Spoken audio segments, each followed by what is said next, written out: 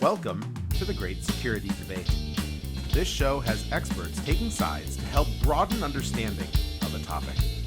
Therefore, it's safe to say that the views expressed are not necessarily those of the people we work with or for. Heck, they may not even represent our own views, as we take a position for the sake of the debate. Our website is greatsecuritydebate.net, and you can contact us via email at feedback@greatsecuritydebate.net or on Twitter @SecurityDebate. Now, let's join the debate already in progress. So part of me, I mean, granted, this is kind of a beat up conversation, but you probably remember like 4 years ago when we talked about, was it Amazon or whoever was coming up with like the sidewalk, right? Oh, yeah. And like, Oh yeah, sensors and like- stuff. Toronto. yeah. Yeah. We were like, no good, no bueno. Like the Ring commercial shown at the Super Bowl. Like I'm watching that and I'm thinking, what? Where they like- created a Ring police state. Like, oh, but Eric, it was the Ring dog state. This is for the dogs. Yeah. All dogs go to heaven. This is for the dogs, Eric. We did it for the dogs. This has nothing to do with gathering information on everything you do. Now, granted, if my cameras can't see all the way down the street that I currently have, and somebody parked at the beginning of the subdivision and walked here, right, and I wasn't able to get their vehicle on camera, now I know that Ring most likely has their vehicle on camera because every Ring is gathering that information. So let's do a quick synopsis of what this is. The Super Bowl advertisement from Ring, owned by Amazon, put out a commercial saying, if you lost your dog, activate the dog search on Ring and all of our Rings will keep its eyes open for your dog. As it looks through the neighborhood. Neighborhoods are good neighbors and neighbors are good neighbors and they'll help you and their Rings will help you find your dog. It aired and I was in a room of normal people, like not technologists. Are we not yeah. normal? Yeah. No. Wow. I'm Ouch. hurt. Yet still know exactly what I mean. And in this room of normal people, the look of incredulity was instant. And now I'll couch this with, I'm in Ann Arbor, so there's a little bit more of a heightened, it's university town. It's a bubble. We all know it. We all love it. That's why Best college town in the country. The look was absolutely priceless because it was not just Daniel shaking his fist at the cloud. It was a whole room of average humans going, this is not good. Okay. And so they're not normal anymore. They're just average. Gotcha. That makes us above average. so we Feeling created better. a distinction between normal Americans and average Americans. Sorry for Dan's friends that were with him watching the Super Bowl. Yes. And so the blowback, and I'll put links into the show notes. The blowback was monumental and almost universal because the comment out of one of the people in the room was, yeah, but how long until they start doing this for people? Right. And to some extent they already are. There are things in the Ring doorbells called, I think it's like known knowns or friendly people or somebody. Yeah, I can do the same thing with Nest that I can, somebody new that I can give them a name, then it'll tell me anytime they show up again. Right. And you can, and in a subsequent interview on The Verge, I listened to the founder of Ring talk a little bit about this and the idea. Apparently it can also be used to quash automations, enable automations. If I see Daniel come home, open the garage door, like there's all sorts of things you can use with facial recognition. Totally. It's the same guy who walks his dog by and lets him go to the bathroom on my lawn so I can turn on the sprinklers every time they walk by. Gotcha. There you go. Exactly. Awesome automation. A cool workflow scenario there, guys. So Pre-built. let's not kid ourselves. This is already being done. Yeah. But then there's one more piece. But wait, there's more. Turns out Ring, for the last 6 months or so, has been talking about a new partnership with Flock Security, Flock Safety, Flock Camera, Flock You. The other camera company that cities and companies buy and put in their parking lots, and have some of the most amazing LPRs, license plate readers, that ever existed. And since you're in public, you really have no right to privacy. Or again, these are US, there's no expectation of privacy. And so they collect it. They mine it, they make it available for search. And Flocking nuts. it's flocking nuts. And so, these kinds of things are all part of it. So since then, Amazon has said, we've canceled this is how big the blowback is. We've canceled our relationship with Flock. No Ring data was sent there. I don't know that makes me feel any better, because Amazon is also a data hoarder in these kinds of things. So I don't know that makes me any better. But the one thing that the interesting thing that the founder of Ring said, and I don't have his name off the top of my head, was that this was all in the name of creating a security in your neighborhood through monitoring that quashes crime. Basically, if we put cameras everywhere, everyone will know they're being watched, and therefore there will be no crime. Wouldn't you want that for your neighborhood? And so that's the background. I mean, Yes. it's really no different than we had the conversation around what Apple was talking about doing at one point on being able to pick up on pictures of children that were being sent around that they backed off of, right? Yeah. I think we mutually agreed that, hey, the intent there is correct, but are we now going too far in where we're moving? If we take children out of the equation and what we're doing and moving into the phone, and it's another one of those that, under the guise of good intentions, we continue to create this monolithic ability to monitor everything we do. Now, Dangerous.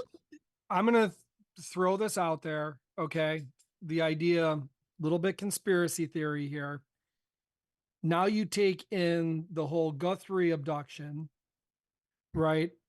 And the timing of Why don't you commercial. Go through some of the background on that, would you please, Brian, on the how cameras play in and some of that, because I think there's some ties to there. Yeah. So in going back to the original abduction, and I don't know all the details because I really wasn't privy to a lot of news feeds, because I kind of don't have a lot of news feeds in terms of some of the news that comes out. And as I was approached by people who are like, hey, did you hear about this? Did you hear that there was camera data and they have the guy, right? And I'm like, what is this guy and this Guthrie that you speak of, right? And so then I'm looking it up and I'm like, wow, I really have been living underneath a rock. Like, so national news reporter, anchor, or TV show host, don't know the name. Dan, you could probably fill me in. I actually don't know. I know of her, but I don't know anything about her or what role she plays, other than she's on TV news. Yeah. And was supposed to travel over for the Olympics, had to be replaced because mother was abducted just before the Olympics were going to start. And she was, an on-camera anchor, reporter, somebody, right? Mm-hmm. But mother was abducted. And they were pretty sure the mother was abducted, but there was, little information coming out here and there, hadn't heard, 48 hours. But then this camera data comes out, right? That's leaked. And the mother had a Ring camera, but didn't have a subscription. No, it was a Nest camera. Just to be clear. Nest. It was a Nest camera. Yeah, Nest camera, but didn't have a subscription, right, for keeping whether it was the data or the monitoring, etc. But somebody was able to go back in, find this data, because the data was captured, and it shows somebody showing up to the house, mask, backpack on, etc., and spraying the camera system out. So now they're like, so there is a person that came to the house.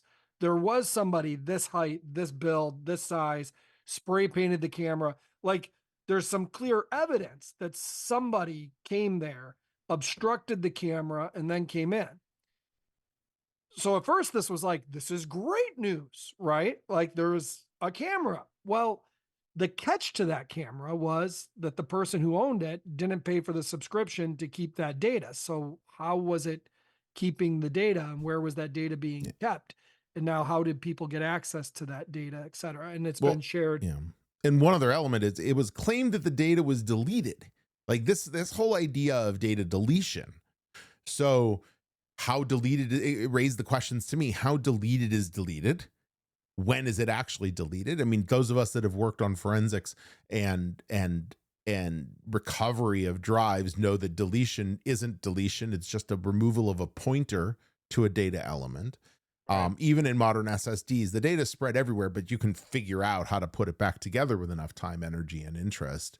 So, I mean, all of these things come together to say that there's a lot of monitoring going on, and I don't think anybody denies that. And it's back to the balance of what is security versus privacy. And when will Americans say this is too much? And let's take this in conspiracy theory here, right? So that comes out, and immediately there's people like, thank gosh, this camera was holding this data so that they were able to see this. There's some clear evidence, etc. And at the same there are time, people that think that. Yeah. yeah. And it reminds me of, remember the attack that happened out in LA, right? And the shooting that took place, this was years ago. And the US government said there is a possibility of additional terrorist cells. We need access to this terrorist phone. Apple's not giving us access. And they put on a great parade in front of America where it was like, I cannot believe Apple is not doing this and helping us, right? And it was like, well, no, we put these things in place so nobody has access to that. You shouldn't. We did this so there wasn't a back door and a loophole, right? And they stood by it and fought. But well, there was nothing to fight about. They literally didn't have the keys. Right. They designed it without the ability to backdoor it. So it wasn't a fight. It was, I can't do that. I do not have the thing you need. These are not the droids you're looking for. Yeah.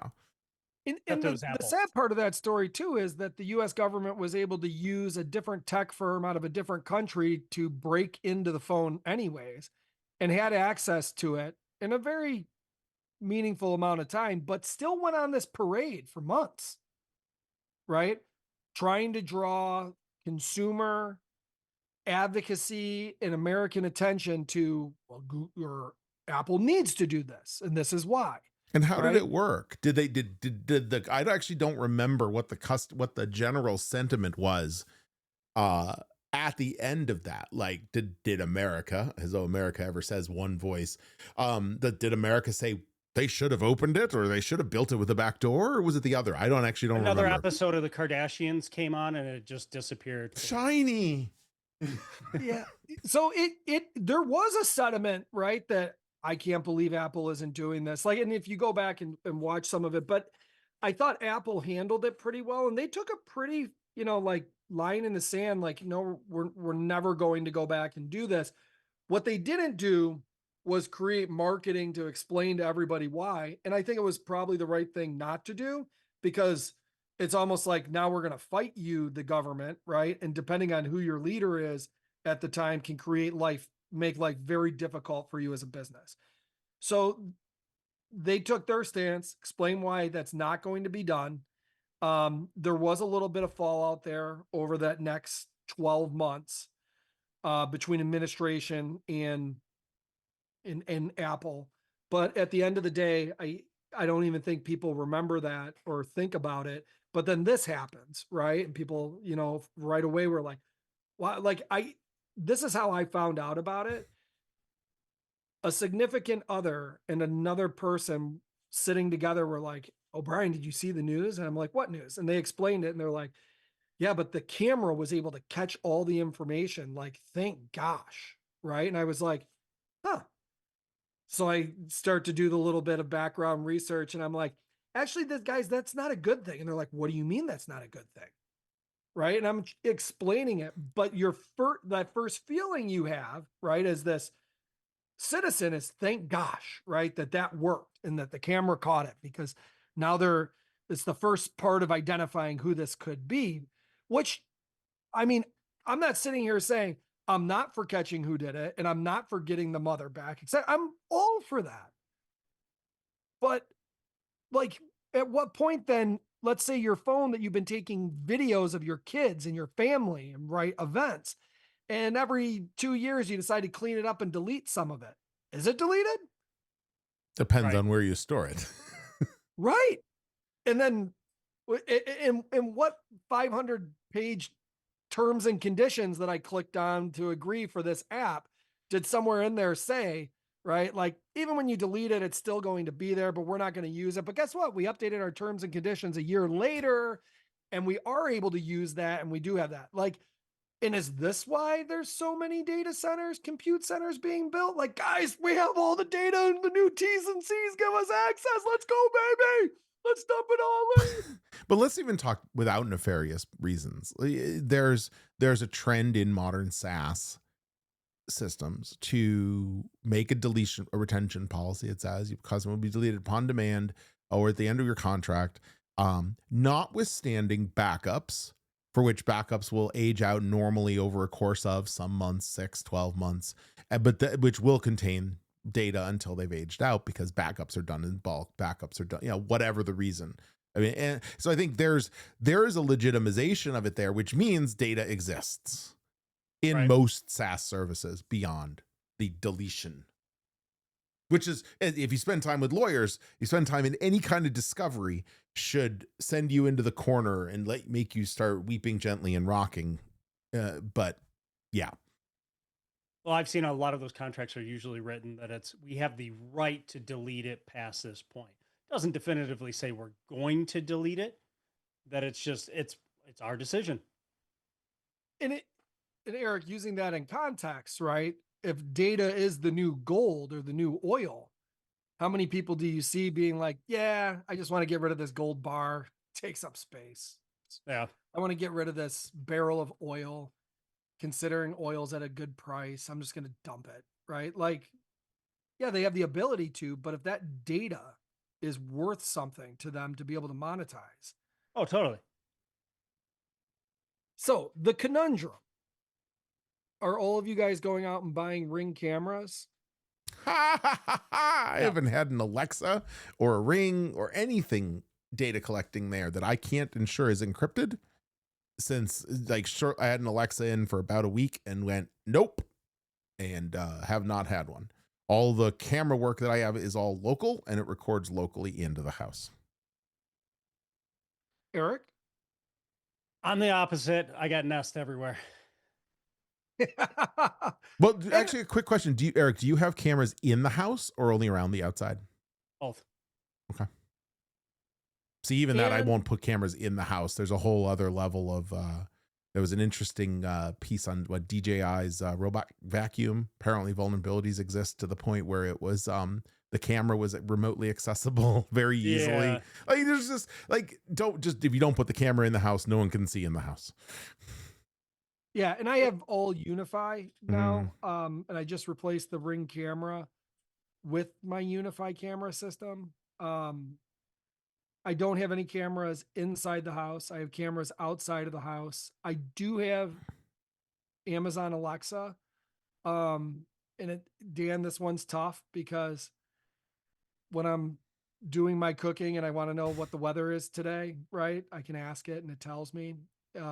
If I want to know if I'm making my shopping list, like from a cook's perspective, when I am running out of basil or realize there's only, one head of garlic left, but I had plans to make X, Y, and Z, it's like you tell yourself, oh, I need to do that. But when you're done cooking and you try to remember back of all the things that you needed to do, you don't write it down and you don't do it while you're cooking because hands are greasy, messy, etc. So I just let the device know.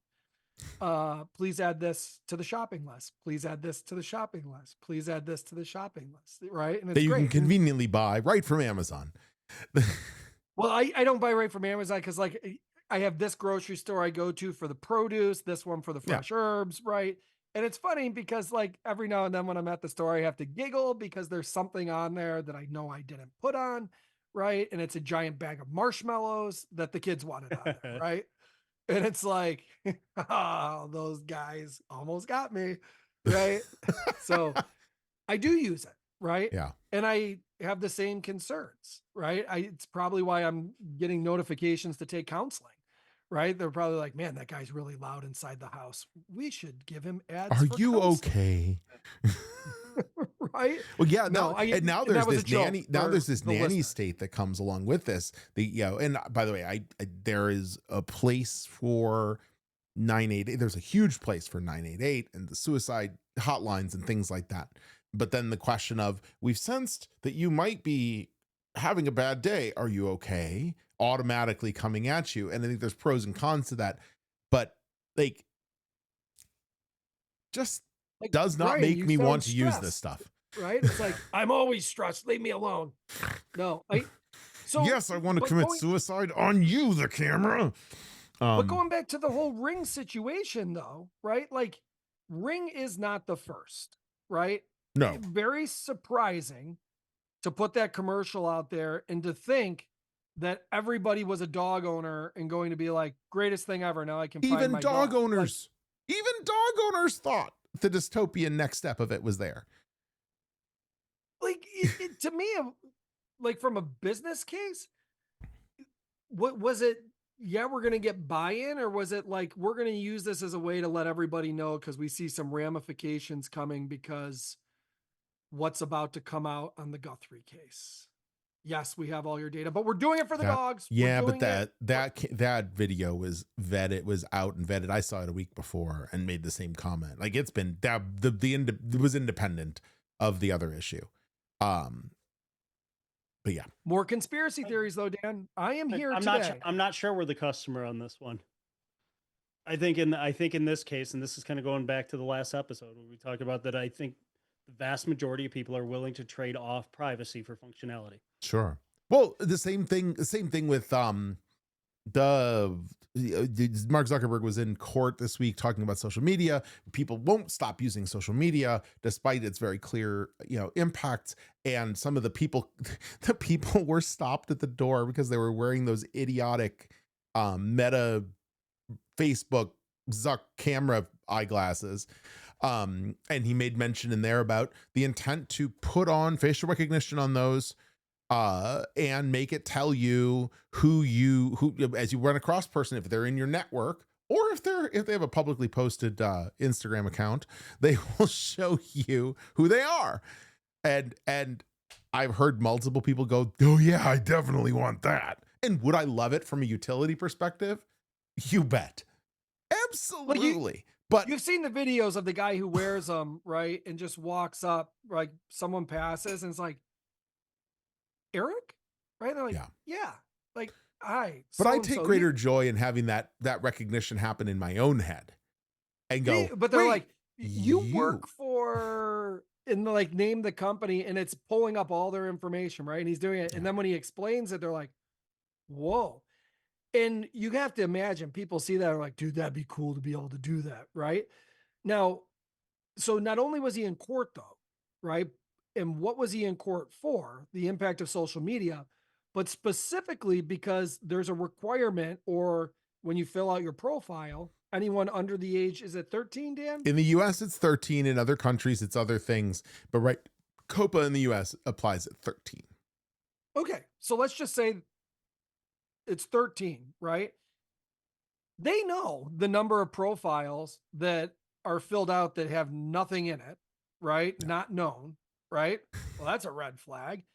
And the data showed that they absolutely knew they had a ton of underage kids using the platform and program. And because they did studies, they also knew that this impacted young kids. So it's okay. So you knew it impacted young kids. You knew you had young kids and you knew you had all these profiles without this. What did you guys do? Like, sold them more ads? Yeah. Right. So now you're talking the cameras, right? Like, of course, why wouldn't you allow the camera system into the judicial hearing or the where cameras are forbidden? Because cameras are forbidden, right? But if someone's walking around with them capturing your data, but let's use the idea that they're capturing someone under the age of 13. Oh, does the camera automatically say, oh, sorry, that person's under age of 13, right? Well, in theory, I wouldn't know that unless they had information on the person to know that they were under the age of 13, right? Yeah. And which of that kid's 15 fake Instagram profiles, which this just in, for those of you with younger kids, they make them, and they lie about their age. which of those do you go by? Which is the real version of them? There's all sorts of craziness in this, but the idea that people would actually buy this Michigas. Yeah. So I mean, Eric, it is interesting. I mean, when you go down that rabbit hole on all of these different platforms, know this crap is going on, and they don't do anything about it. Like I think the same thing about Venmo. I think it's garbage that we got scammed on something at one point. As I started, since everything's public, right? So you start looking at the transactions, like holy shit, it was super apparent. Can I say that?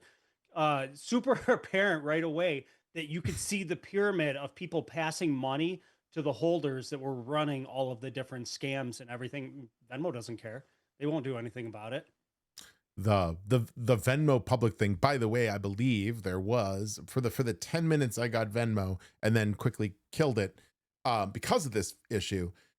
There is a way to turn off public transactions. So if people are dumb enough to do it in public transactions, they should get what's coming to them in terms of that public view.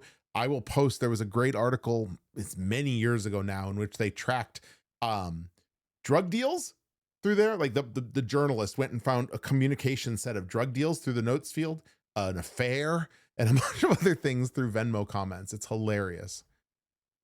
like again, you created a social media platform to send money, right? Like, and people want everyone to know, yeah, I just paid my buddy Eric for a great night out for wine. How do I know that? 2 dude smiley faces, 2 dude wines, 1 puke emoji / money, right? It's like, I bet they had a great night out drinking a bunch of wine, right? Like, who needs to know this, right? And how much money you spent on doing it, which is exactly what that is, right? Like, again, the social media aspect of wanting people to know everything you're doing and what you're doing, right? Like, it's almost as if Ring was like, well, this is kind of socially acceptable. You put all your pictures up anyways inside all these other platforms. All we're doing is trying to save the world, Eric. We're just trying to make your neighborhood safe. I'll take that debate though, because just because something's built doesn't mean people actually have to use it.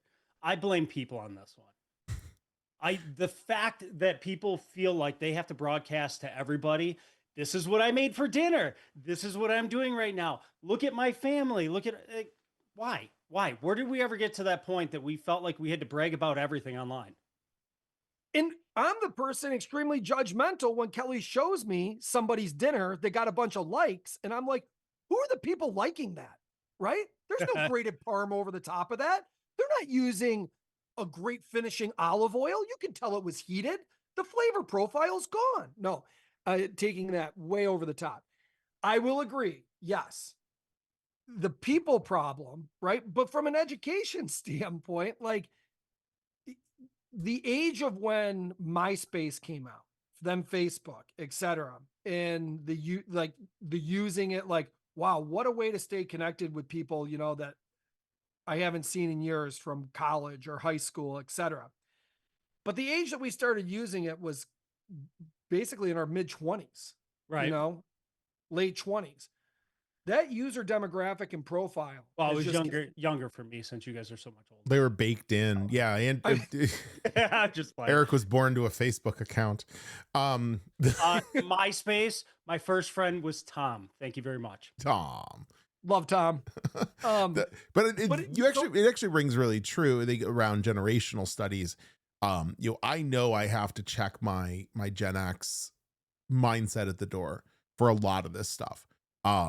The generations that follow grew up with very different things that are interesting to them, and that they will do and won't do.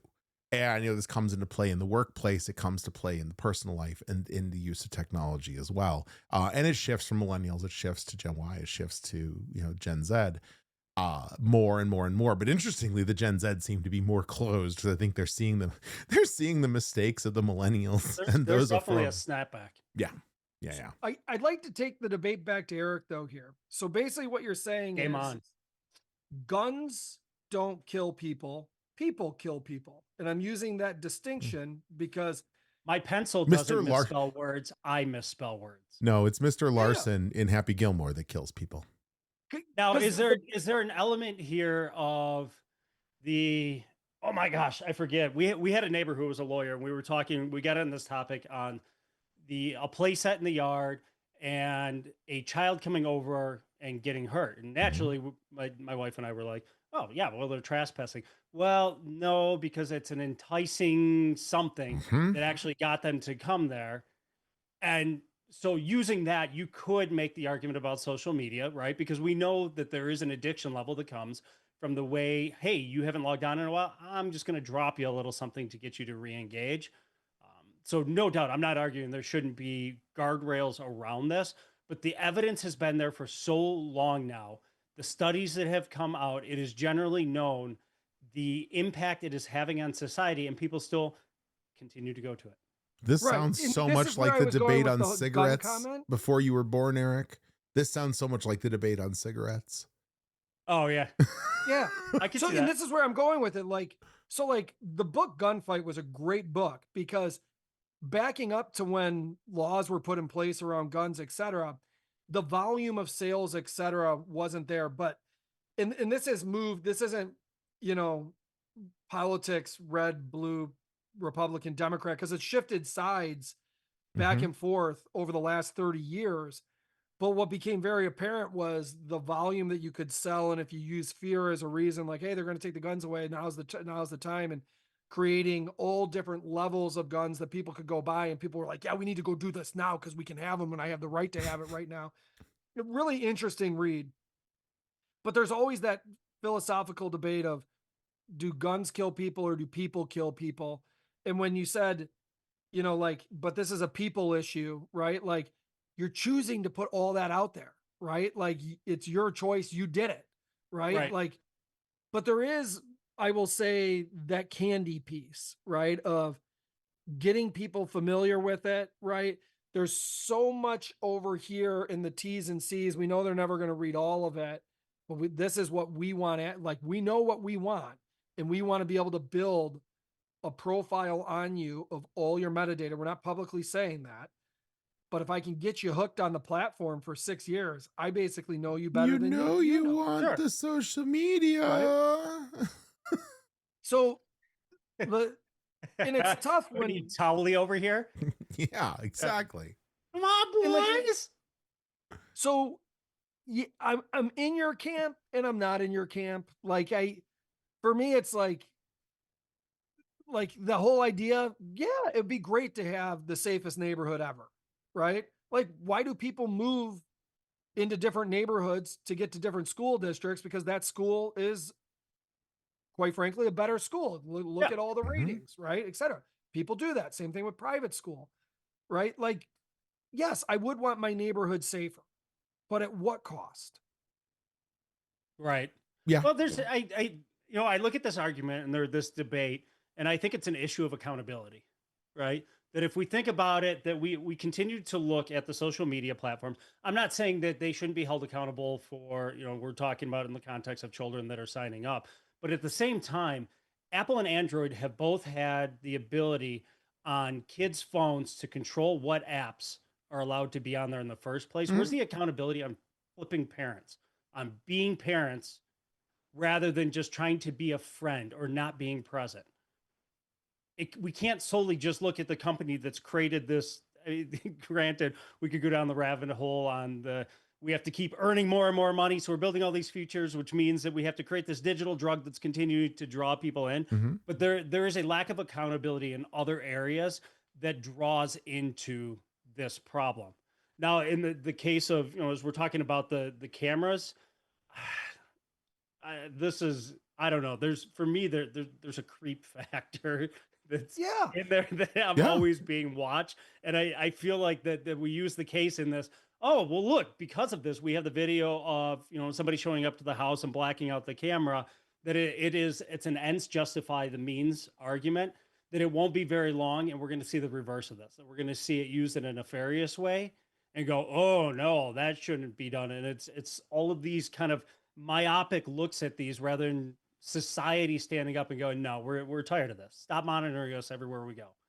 And There is and I'm a not naive enough to not think about all the when I say craziness that's out there in the world, right? What the drug enforcement agencies are doing, right? The FBI, like all the different crime and fraud and everything that's being conducted, right? And there was a whole article I just read on the different surveillance techniques across Arizona and New Mexico, right?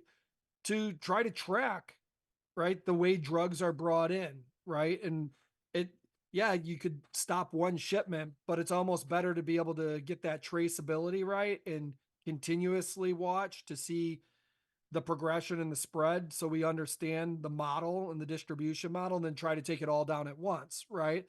But then it just kind of brings itself back up again and the next Right. bad person shows up and it's like, well, and it's the same thing we talk about in cybersecurity. Like, why does it exist, right? Like, well, where money's transacted. So eradicate crime 100% and we're good to go. And if you can eradicate war, then there's no command and control. And it all comes back to humanity, right? And the idea of the church, right? Instilling morals in people. But just going doesn't make you moral, right? Just going to school doesn't make you highly educated. There's still a fundamental, responsibility as the parent, right? To help instill those morals, to help with Right. reading and writing, to help educate on the technology that's being used. But if they lack the education, if they lack the morals, it makes it that much harder to instill those in, which then brings back to the technology that people use today.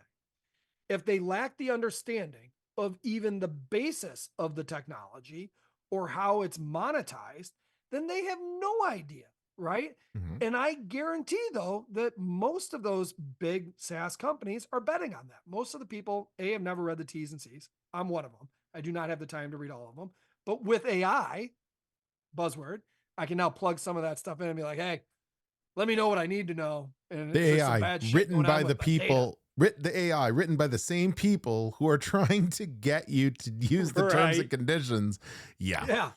They're like, be careful of Brian. He's really reading the T's and C's. Should we tell him? No, it's Zuckerberg pays OpenAI so that when you search that in OpenAI says, yeah, Facebook is a great company with no privacy issues.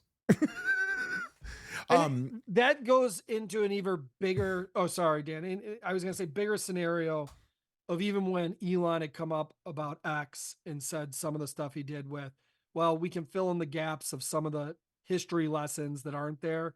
And we can rewrite some of the other history lessons of what's actually appropriate. It's like, not really, right? You really can't. Like, people need to be able to make their own decisions on what they read and have their own feelings on what that history tells them, right? Rather than trying to demand that the way you want it to write and the way you're now going to, and I'm not saying that AI is just a brilliant search engine. It is. It is. But if that search engine's only going to spit back out that historical data that you think is appropriate, you've now created a bunch of convoluted robots and the humans that are doing it. There is a need. You bring up a good point, Brian. Two good points. Well, lots of good points, but two good points. Outside. Oh. One around parents. Parents really do continue to hold the cards. Parental controls are there, but only if you use them. But combine that with, and again, American parents have ceded a lot of this to the technology to be the babysitter. I mean, it's the TV. If the TV were interactive, this would have happened 60 years ago. It's the same problem, just continued, but now in a way that's a lot more manipulatable. Maybe this is my new business venture where I will come into the house and scare your kids shitless about the data that they that goes when they use these things. Still to this day, my son breaks out privacy policies with his friends and reads them before they sign up, before he'll let them sign up for technologies. I think that's great. Does it scale? Maybe not. But I think that's the kind of thing that parents should do. Maybe not to the same level, but parents should be informing their kids about the implications of their actions, and parents should be parents. The other thing you said, Brian, was around, tying this back to information security and the idea of risk, the idea of taking some of the usage of this stuff along the risk model. And we in InfoSec, we have a lot more control. We open up certain things, we allow for certain things, we don't allow for certain things, we recommend certain things, but we have control over the whole system. And that's the thing that doesn't seem to exist in these technologies. It happens. The data is well secured. Right. So, I'm not trying to say that the data isn't well secured, because it usually is. They got phenomenal security teams. But the how it's used changes. So when you make an assessment to start, it isn't necessarily how it's going to go. This applies to companies as well that use technology. How it starts isn't how it is 5 years from now. And if you're not re-looking at the data usage, the data flows, the third-party partners. I actually just before this sent you guys a thing on LinkedIn, LinkedIn's verification. Just today, somebody posted an analysis of all the places that LinkedIn LinkedIn is Microsoft. Let's not forget that, shares data back to other places, including OpenAI, including just this massive list of places. When you do their verify, and that includes your facial recognition, it includes passport information, it includes, the size of each ass cheek. I mean, there's everything is in this. So, so I have not done it. I choose not to do it. I try to keep my face, yet I go on YouTube as a as a podcaster, but I try to keep myself out of that. Can you change the size of your butt cheeks by squeezing them together when it takes the photo verification? Yes, you can. Maybe. If you're a security person, they know, because you're always clenched. But I mean, we don't have the control. Lump of coal, 2 weeks, we'd have a diamond. That's right. Something along those lines. I never deny that. I mean, we have control over the system internally, and that's one of the things where there's a tie, but then we can take some lessons learned. Like, you come off the edge, you come off the zero, the locked in a closet, turned off, no data on it, no connection, no power, and come and do something useful, because there is some utility, but you still have to make the decision about what the trade-offs are. But you can't make that decision unless you're informed about what the trade-offs actually are. And that transparency is not there. It is there. It is hidden. It is obfuscated. That transparency, by and large, in modern consumer systems, especially when it comes to the cameras, when it comes to social media and all these other scary places we've talked about, it is not clear. Maybe that's almost what we need, as much as this pains me to say that we need another government agency, but it's almost like the SEC for regular people, right? Because you think about the SEC and the disclosures you got to have at a public company, it's all under the guise of transparency for investors, right? Mm-hmm. Well, what about transparency for the normal person, or in Dan's terms, his average friends that were watching the Super Bowl? That what it may. Like, maybe that's where this needs to start heading, is, hey, these are the rules to play. This is the level of transparency that you have to provide, that it's not hidden in a 100-page document that nobody understands because it's all legalese. No, it's bolded it out in normal language to understand these are the trade-offs. Here's what I'm giving you. Here's what I'm taking from you.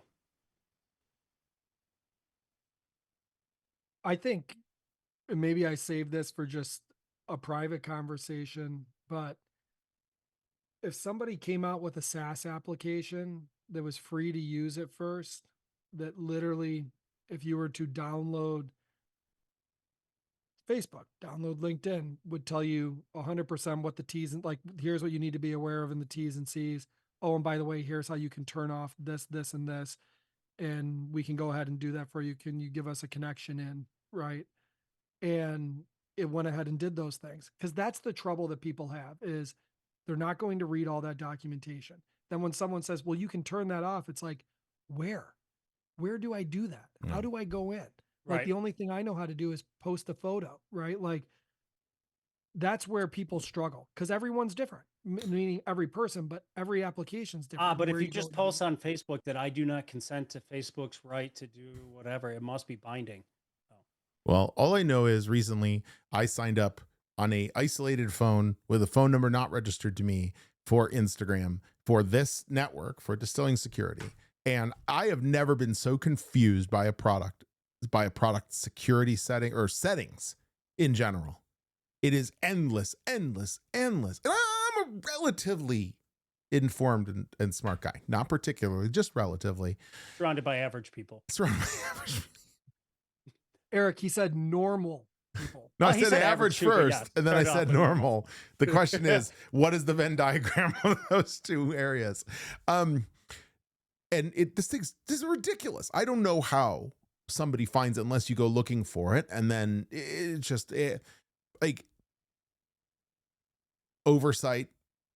Yes, I am a Democrat. Yes, I believe in oversight. Yes, I think more regulations are the only way that some of this stuff is going to get solved.